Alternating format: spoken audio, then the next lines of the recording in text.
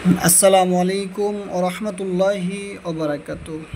সুবহানাকা লা ইলমা লানা ইল্লা মা 'আল্লামতানা ইন্নাকা আনতাল আলিমুল হাকিম। বন্ধুগণ, কেমন আছেন? আশা করি আল্লাহ তাআলার অশেষ দয়াতে করুণায় অনেক ভালো আছেন। আমিও মহান আল্লাহ পাক রব্বিল আলামিনের অশেষ দয়াতে করুণায় অনেক ভালো আছি। বন্ধুগণ, আধ্যাত্মিক শক্তি চ্যানেল থেকে বলছি। আজকে যে সাবজেক্ট নিয়ে আলোচনা, অবশ্যই আপনার থাম্বনেল থেকে জেনে গেছেন। আমি একটি গুরুত্বপূর্ণ আজকে একটি তদবির দিব আপনাদেরকে। ঠিক আছে? হাজিরাত একটা রোগীর অবস্থা বা জানার জন্য, একটা রোগীর কি জিন্নাতের সমস্যা আছে কিনা, বা আপনারা কিভাবে হাজিরাত দেখবেন। ঠিক আছে?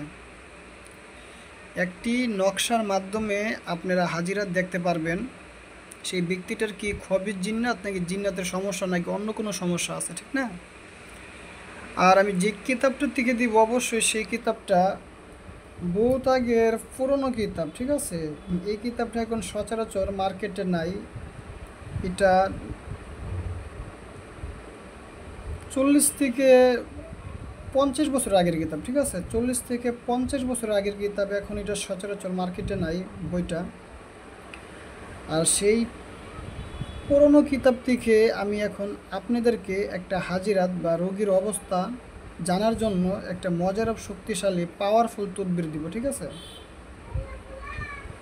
অবশ্যই যারা কোরআনি আমল করবেন, আমি আপনাদেরকে বলছি, যারা কোরআনি আমল করবেন অবশ্যই 5 ওয়াক্ত নামাজ জামাতের সহিতে পড়বেন। আর হযরত মুহাম্মদ সাল্লাল্লাহু আলাইহি ওয়াসাল্লামের সুন্নত মতন অনুসরণ করবেন।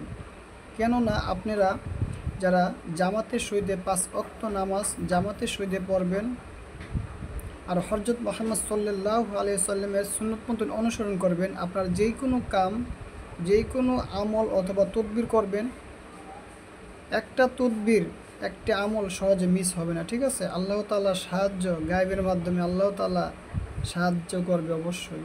ঠিক আছে? অবশ্যই আপনারা নামাজ পড়বেন জামাতের সহিতে, আর বেশি বেশি করে নবী করিম সাল্লাল্লাহু আলাইহি ওয়াসাল্লামের সুন্নতগুলো আগলে রাখবেন। ঠিক আছে? এখন আমি আমলের ক্ষেত্রে যাচ্ছি। যারা এই আমলটি করবেন, অবশ্যই নামাজের ভিতরে বসবেন, সামনে 5টা আগরবাতির ধূপ ধোয়া জ্বালিয়ে নেবেন। জ্বালানির পর দুরুদ ইব্রাহিম 21 বার বলবেন। ঠিক আছে? দুরুদ ইব্রাহিম 21 বার বলবেন। বলার পর সাদা কাগজের উপরে কৃষক জাফরান দিয়ে লিখবেন। আমি এখন আপনাদেরকে সেই মূল্যবান শক্তিশালী পাওয়ারফুল সেই নকশাটার মাধ্যমে, আপনারা যেই নকশাটার মাধ্যমে হাজিরা দেখবেন, এখন আমি সেই নকশাটা আপনাদেরকে দিব। ঠিক আছে?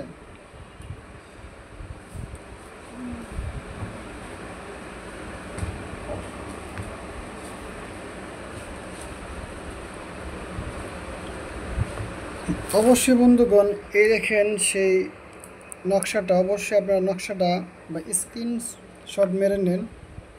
ঠিক আছে? যেভাবে লেখা আছে অবশ্যই আপনারা সেভাবে কৃষক জাফরান কালি দিয়ে সাদা কাগজের উপর লিখবেন। ঠিক আছে?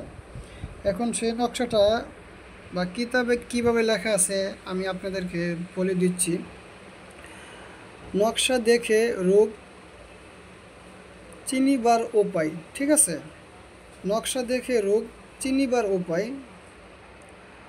রোগীর অবস্থান জানার জন্য এই নকশা লিখে রোগীকে দেখাবে। যদি জিন ভূত আসর হয়, তাহলে তা দেখে রোগী কথা বলতে আরম্ভ করবে। যদি খবিশ জিন হয়, তাহলে হাসতে থাকবে। আর যদি অন্য রোগ হয়, তাহলে চুপ থাকবে। ঠিক আছে?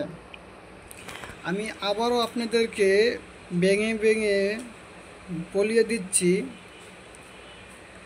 দেখেন,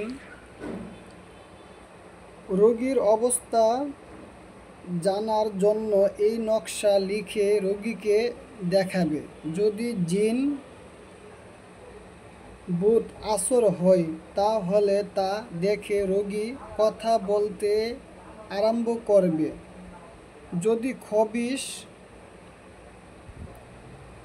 জিন ভূত আসর হয়, ঠিক আছে, জিন হয় তাহলে হাসতে থাকবে, আর যদি অন্য রোগ হয় তাহলে চুপ থাকবে। ঠিক আছে, এই নকশাটি আপনারা যে কোনো সময়ে কৃষক জাফরান দিয়ে সাদা কাগজের উপরে ঠিক যেভাবে লেখা আছে আপনারা সেভাবে লিখবেন। লেখার পর রোগীর ডান হাত, ঠিক আছে, রোগীকে অবশ্যই কিন্তু অজু করে নেবেন। ঠিক আছে, যে আমেল বা যে মোতাব্বির যে কবিরাজ এই তদবিরটি করবো অবশ্যই সে কিন্তু দুরুদ ইব্রাহিম 21 বার, ঠিক আছে, আগে পরে দুরুদ ইব্রাহিম 21 বার পড়ার পর সেই আমেল অবশ্যই এটা লেখার পর রোগীর ডান হাতে দিবে। ঠিক আছে, নকশাটা উপরে লাগবে, ঠিক আছে, ডান হাতে লেখার পর সেই রোগীটাকে বলবেন, সেই ব্যক্তিকে বলবেন সেই নকশার দিকে এক দৃষ্টিতে তাকিয়ে থাকার জন্য।